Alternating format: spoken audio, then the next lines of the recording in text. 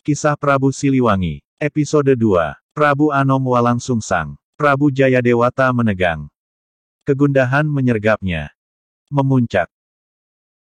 Sesekali diliriknya Prabu Anom Walang Sungsang, darah dagingnya sendiri, calon putra mahkota yang telah dipersiapkan sejak jabang bayi. Sama sekali tak pernah dibayangkan sebelumnya, jika calon pewaris tahta kerajaan Pajajaran ini begitu kukuh pendiriannya sekalipun usianya masih muda. Andai saja pendirian yang kukuh itu sejalan dengan pikirannya, lelaki gagah perkasa bergelar Sri Baduga Maharaja Ratu Haji di Pakuan Pajajaran Sri Sang Ratu Dewata Mahaprabu Sri Baduga tentu akan senang. Sangat senang. Bangga. Bangga sekali. Keteguhan dan ketegasan yang selama ini mengalir di merah darahnya juga telah terlihat nyata mengalir pada putranya itu. Tapi ini lain. Sesuatu yang sama sekali tak pernah terlintas di benaknya. Prabu Anom Walang Sungsang adalah buah perkawinannya dengan Ratu Subang Larang, putri Ki Gedeng Tapa. Ketika memutuskan menikah dengan Ratu Subang Larang, Sri Maharaja Prabu Siliwangi penganut ajaran Jati Sunda sadar betul bahwa putri Ki Gedeng Tapa itu seorang santri, muslimah yang baik. Perbedaan keyakinan itu sama sekali tidak membuatnya khawatir. Tapi kini, ketika Walang Sungsang, putra mahkota yang telah ia persiapkan untuk memegang tampuk kekuasaan tersebut, menggugat masalah itu, kekhawatiran menyeretnya pada dinding kokoh. Betapa tidak? Jika Walang Sungsang diizinkan untuk memiliki keyakinan yang berbeda, bagaimana dengan masyarakat Pajajaran kelak? Kabut hitam mengambang menutupi pandangannya. Kegundahan itu tak terkendalikan lagi. Dadanya turun naik hingga nyata benar bagaimana siger dan hiasan di dadanya bergerak-gerak tak beraturan. Sesekali menyibak rambut hitamnya. Rahang yang menonjol kuat itu jelas benar gemelutuk menahan amarah. Andai kata yang ada di hadapannya adalah seorang musuh atau siapapun di luar terah Pajajaran, kujang sakti yang terselip di pinggangnya tentu yang akan banyak bicara. Atau sekadar pembuka ganjaran atas kelancangannya itu, telapak tangan kanannya yang terisi aji tapak naga tentu akan segera membuat hangus wajah lelaki muda di hadapannya itu. Walang Sungsang masih menunduk. Tak sedikit pun ketakutan menyelimutinya. Ia menunduk semata rasa hormat kepada orang tuanya, lelaki perkasa yang sejak kecil selalu ia banggakan. Sampai kini tak pernah sekalipun lelaki gagah di hadapannya itu berubah tidak. Tidak ada alasan bagi Walang Sungsang untuk tidak memelihara rasa hormat dan kekagumannya itu. Kekaguman seorang anak pada ayahnya. Kekaguman seorang manusia kecil pada keperkasaan sosok lelaki di hadapannya. Bahkan kekaguman seorang lelaki pada sesamanya. Kekaguman pada kemuliaan dan keluhuran budi pekertinya. Kembali menit-menit keheningan menyeruak, Sri Maharaja Prabu Siliwangi memejamkan kedua matanya, sekadar membingkai kembali bayangan indah saat Walang Sungsang balita yang lucu dan menggemaskan itu menjejal hadir. Ia menaruh harapan besar bahwa seluruh kesaktian dan keteguhannya memegang prinsip, akan terwariskan pada putranya itu. Kini, ketika putra kesayangannya itu cukup umur, Sri Maharaja Prabu Siliwangi tak salah melihat. Kesaktian dan keteguhan hati Walang Sungsang memang sudah tampak. Tapi keteguhan sikap itu kini dirasakan sebagai pisau bermata dua. Tak hanya akan mengancam musuh, tapi bisa melukai pemegangnya sendiri. Di ruangan lapang yang sekelilingnya berdinding batu kokoh itu, ia seperti tidak menemukan sedikit pun tempat yang membuatnya tenteram. Kau tak akan menarik kembali omonganmu itu, Walang Sungsang. Selidik Sri Maharaja Prabu Siliwangi dengan suara agak bergetar. Suara yang sebenarnya tak pantas keluar dari mulut seorang lelaki sakti mandraguna, dengan postur tinggi besar dan kokoh itu. Sosok ksatria yang selalu membuat miris musuh yang berhadapan dengannya. Tidak, Kanjeng Rama, tenang suara Walang Sungsang, setenang air cipakan cilan. Tapi siapa sangka jika air tenang itu bisa menghanyutkan kerbau. Kau sadar sedang berhadapan dengan siapa sekarang ini? Aku sadar, Kanjeng Rama. Sri Maharaja Prabu Siliwangi beringsut menuju jendela. Di sisi kiri terdapat bokor emas berisi melati. Saat angin semilir akan menyeruakkan wangi melati ke seluruh penjuru ruangan. Tapi kini sama sekali tidak menarik perhatiannya. Pandangan Sri Maharaja Prabu Siliwangi justru terpapar pada hamparan tanah luas yang menghubungkan ke jalan kecil menuju Taman Sari.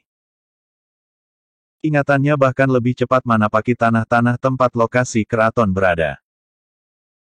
Ia seperti sedang menjajal kekuatan ingatannya sendiri atau sekadar mengurangi gundah hati yang terasa semakin menjeratnya. Perasaan yang tak pernah dirasakan sewaktu berhadapan dengan musuh manapun. Lembaran-lembaran lontar atau kulit hewan, telah terpatri dengan tinta emas bagaimana sakti sakdurung winarahnya Sri Maharaja Prabu Siliwangi. Sebagai sosok Raja Adil Palamarta, welas asih, bijaksana, ngaping ngajaring, anak cucu Sunda. Betapa berat mengemban semua itu. Semakin berat saat putra mahkotanya sendiri ke hulu tak sejalan ke hilir tak satu pikir.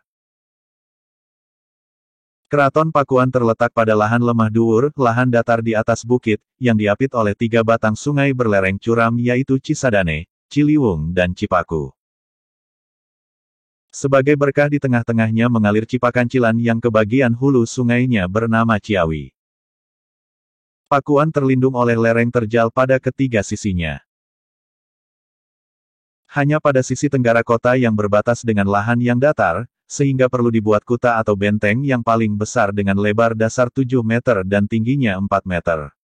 Serta pada bagian atasnya diperkuat dengan batu. Seperti di Karangkamulyan, pada tepi bagian luar benteng tersebut, terdapat parit yang merupakan bentuk negatif dari benteng itu. Tanah galian parit inilah yang dijadikan bagan pembangunan benteng. Keraton Pakuan berada di lokasi yang aman dan kokoh terlindungi alam. Tuhan telah menganugerahkan keamanan alami, selain kekayaan alam dan tanah yang subur. Tapi semua itu kini terasa tidak ada artinya.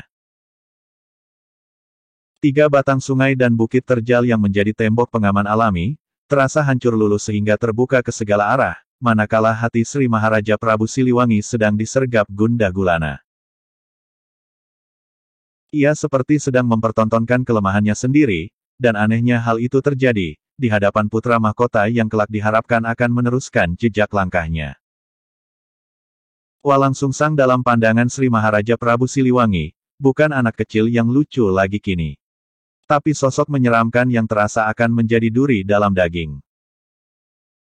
Bahkan tak terbayangkan jika kewibawaan sebagai penguasa Pajajaran justru harus ternoda gara-gara tak bisa mendidik putranya sendiri. Kalaupun gegabah menghadapi keinginan putranya ini, bagaimana kelak sejarah akan mencatat dengan tinta merah tentang seorang penguasa yang adil kepada rakyat tapi tak bisa menegakkan keadilan pada putranya sendiri. Pun jika ia membinasakan putranya sendiri, sejarah tak bisa dipungkiri akan mencatat kenistaan seorang Raja Pajajaran, seorang manusia haus darah sampai-sampai anak sendiri dibinasakan. Gelegak nafsu hewani yang lebih rendah dari hewan sendiri. Bukankah seekor harimau tak akan pernah makan anaknya sendiri dalam keadaan terjebak rasa lapar sekalipun? Sekalipun saat menelisik cerita-cerita lama, ada pula seorang anak dan ayah bertanding menyabung nyawa untuk memperebutkan tahta kerajaan. Sri Maharaja Prabu Siliwangi mengusap wajahnya dan terasa mulai muncul titik-titik keringat dingin. Sri Maharaja Prabu Siliwangi paham benar bagaimana masyarakat Pajajaran yang demikian segan dan memegang teguh tradisi untuk tidak menyebut gelar seorang raja. Menurut tradisi lama, orang segan atau tidak boleh menyebut gelar raja yang sesungguhnya, maka juru pantun mempopulerkan sebutan Siliwangi. Dengan nama itulah ia dikenal dalam literatur Sunda. Wangsakerta pun mengungkapkan bahwa Siliwangi bukan nama pribadi, ia menulis.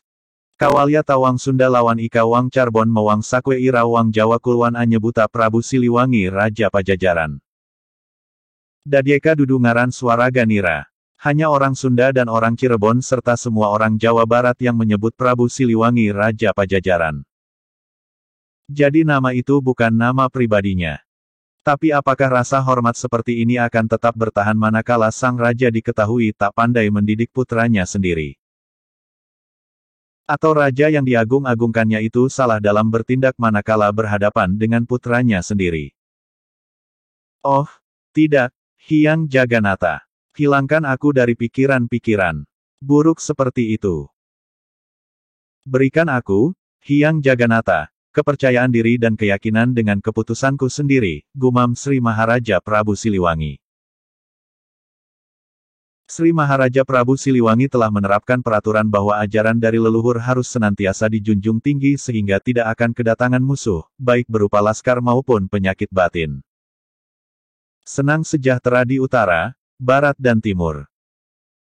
Yang tidak merasa sejahtera hanyalah rumah tangga orang banyak yang serakah akan ajaran agama. Inilah konsep atau peraturan yang selalu dipegang teguh pemerintahan Sri Maharaja Prabu Siliwangi dan ditaksimi oleh seluruh rakyat. Inti dari ajaran jati Sunda yang dianggap telah sempurna sebagai pegangan hidup. Ia memang tak pernah menyangkal bahwa mungkin ada saja masyarakat Pajajaran yang mulai terpengaruh ajaran lain, sekalipun itu diyakini sebagai sikap serakah yang akan berakibat hidupnya tidak merasa sejahtera. Tapi bagaimana kini dengan putranya sendiri? Darah menggelegak begitu cepat naik ke ubun-ubun. Sri Maharaja Prabu Siliwangi menggertak. Suaranya menggema menembus langit. Walang Sungsang terperanjat. Kaget luar biasa. Tapi sebagai calon ksatria yang telah ditempa sejak kanak-kanak, kekagetan itu bisa dikendalikannya dengan menggenggam kuat-kuat jari jemarinya. Sejak kecil ia memang sudah diperkenalkan dengan berbagai cakra di tubuh dari mulai cakra dasar sampai dengan cakra mahkota. Energi tertinggi pada rubuh manusia yang berasal dari energi ilahiyah. Energi ini terdapat pada seseorang berjiwa tinggi. Selain dilatih untuk membangkit energi cakra yang terdapat di atas kepala manusia, Walang Sungsang pun sudah dilatih untuk membangkitkan energi kundalini, berupa gulungan ular yang tidur melingkar. Sebuah energi spiritualitas berupa gulungan energi yang tertidur yang terletak di tulang sakrum, dasar tulang belakang manusia. Seseorang yang telah terlatih, kedua energi tersebut akan optimal dan terpancar merata ke setiap mili tubuhnya sendiri sehingga memberi kekuatan yang sempurna, sekokoh batu karang. Dengar, Walang Sungsang. Walang Sungsang mengangkat kepala, lalu menunduk kembali. Rasa hormat kepada orang tua tetap akan dipegang teguh, sekalipun mendapat perlakuan kasar sebagai balasan dari keinginan anehnya. Tidak. Keinginan Walang Sungsang tidak aneh. Sri Maharaja Prabu Siliwangi pun menyadari hal ini bukan sebagai sesuatu yang aneh. Tak ada yang aneh ketika seseorang mencari kesejatian hidup. Tapi pencarian itu menjadi tidak sederhana lagi manakala harus berbeda dengan keyakinan yang dipegang teguh selama ini. Ketika seorang anak rakyat jelata, mencari kesejatian hidup yang berbeda dengan orang tuanya, tak lebih dari riak air dalam tempayan. Tapi ketika seorang putra mahkota melakukan hal yang sama, riak tadi bisa berubah jadi gelombang yang siap menghantam tembok karang kekuasaan. Kau ingat Purbatisi Purbajati? Mana mau kedatanganku musuh? Ganal musuh alit. Suka kereta tanglor kidul kulon wetan kena kereta rasa. Tan kereta jalakibi dina urang reya, jaloba di sang hyang siksa. Kau ingat itu? Suara Sri Maharaja Prabu Siliwangi menggeram.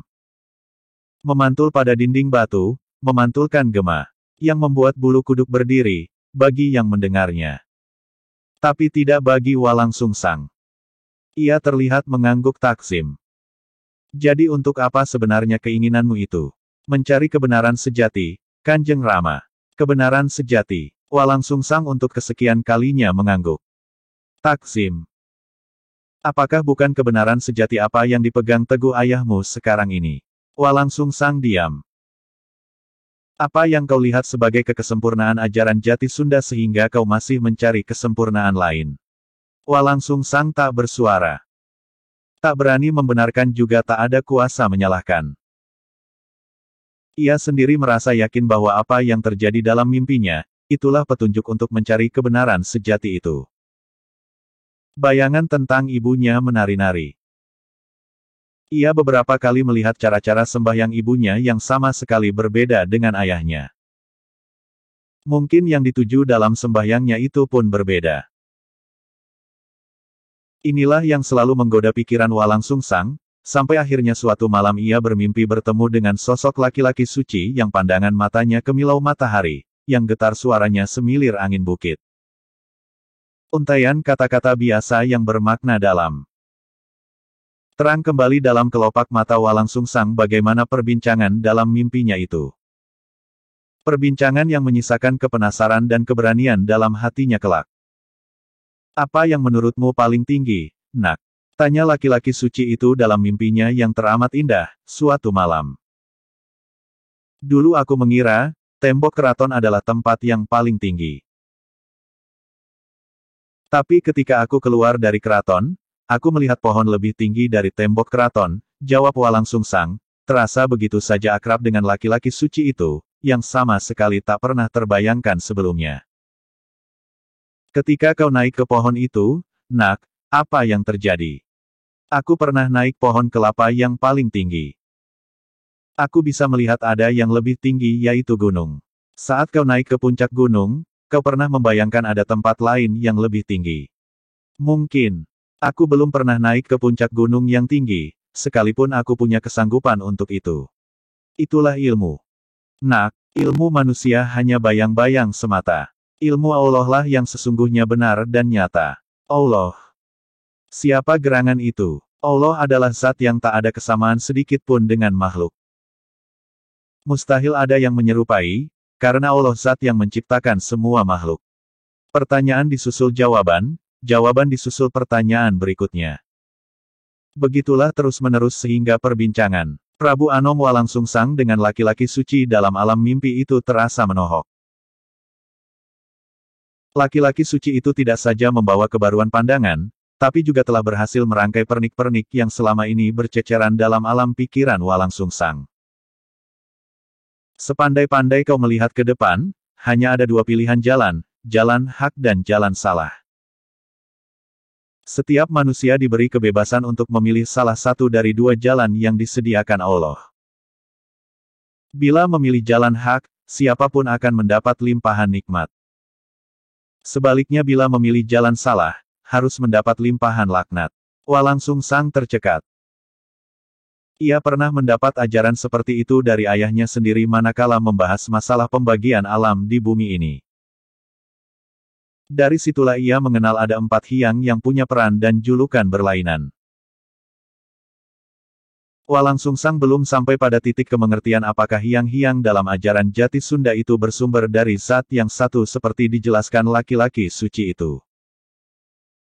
Menurutku kebebasan itu tidak benar-benar bebas, Paman. Kenapa? Kalau benar-benar bebas, kenapa harus ada limpahan nikmat dan limpahan laknat? Sergah Walang Sungsang. Disinilah letak keadilannya, Nak. Kebebasan yang bertanggung jawab. Kebebasan itu telah diberikan sebebas-bebasnya oleh Zat yang menciptakan kepada makhluk yang diciptakan, tapi bukan berarti bisa melepaskan diri dari sebab akibat. Kalau memang diberikan kebebasan, kenapa tidak diberikan pula untuk menentukan sebab akibatnya? Maksudmu, Nak? Diberikannya kebebasan untuk menentukan apakah jalan benar itu mendapat limpahan laknat, atau ketika memilih jalan salah, mendapat limpahan nikmat. Begitulah. Kalau begitu kenapa tidak kau tentukan pula kebebasan, letak tangan kiri di tempat yang bukan tempatnya sekarang. Dan tangan kanan diletakkan pada tempat yang bukan tempatnya sekarang. Karena masing-masing tangan berada pada tempatnya seperti sekarang, telah memberi manfaat yang lebih banyak buat setiap manusia. Apakah ketika kebebasan itu benar-benar diberikan padamu? Kau yakin bahwa akan banyak memberi manfaat jika memilih jalan salah mendapat limpahan nikmat? Kau yakin lebih banyak memberi manfaat ketika memilih jalan hak mendapat limpahan laknat? Tak ada jaminan untuk itu, Paman. Kalau begitu kenapa tidak kau serahkan jaminan kebenaran itu pada Zat yang menciptakannya? Karena di tangan kuasanya, kebenaran itu pasti benar adanya, jelas lelaki suci itu lagi.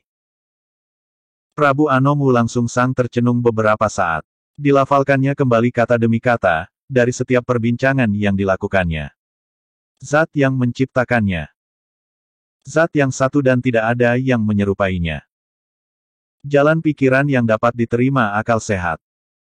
Jawab, Walang Sungsang. Apakah kau tetap akan memegang teguh keinginanmu itu? Gertak Mahaprabu Sri Baduga untuk kedua kalinya, membuyarkan lamunan Walang Sungsang tentang rangkaian mimpi-mimpinya tadi. Pelan Walang Sungsang menggelengkan kepala. Kenapa? Kau sangsi dengan niatmu itu? Tidak, Kanjeng Rama. Baiklah, aku mau mendengar seberapa yakin kau sendiri dengan niatmu itu. Sekarang jawab, apakah bukan kebenaran sejati apa yang dipegang teguh ayahmu selama ini? Membenarkan dan tidak membenarkan, bukan tugas seorang bodoh seperti anakmu ini, Kanjeng Rama. Biarlah kebenaran itulah yang akan membenarkannya. Sehingga akan terlihat di mana letak tidak benarnya tanpa lurus menyalahkan, jawab Walang Sungsang. Sri Maharaja Prabu Siliwangi tersentak kaget. Jauh dari yang dibayangkan, putra terkasihnya itu bisa berkata seperti itu. Sama sekali tak ada yang salah dengan kata-katanya. Ajaran itu pernah ia dapatkan dalam perenungan panjang sebelum akhirnya Nungersaken memberi petunjuk, kepada siapa dan di mana mencari acining hidup. Kini, anaknya sendiri berkeinginan untuk mencari kesejatian hidup berdasarkan impiannya bertemu dengan Kanjeng Muhammad. Sri Maharaja Prabu Siliwangi makin terombang-ambing dalam kegelisahan. Sepanjang hidupnya baru kali ini ia merasakan begitu gelapnya awan hitam di hadapannya. Kenapa mencari jauh-jauh guru yang akan menunjukkan kesejatian hidup, jika dalam diri Walang Sungsang sendiri sudah didapatkan? Kenapa harus mencari agama lain yang berbeda dengan keyakinan dirinya, jika dalam agama leluhur jati Sunda yang selama ini dipegang teguh, juga didapatkan kesejatian hidup itu? Bersambung episode 3.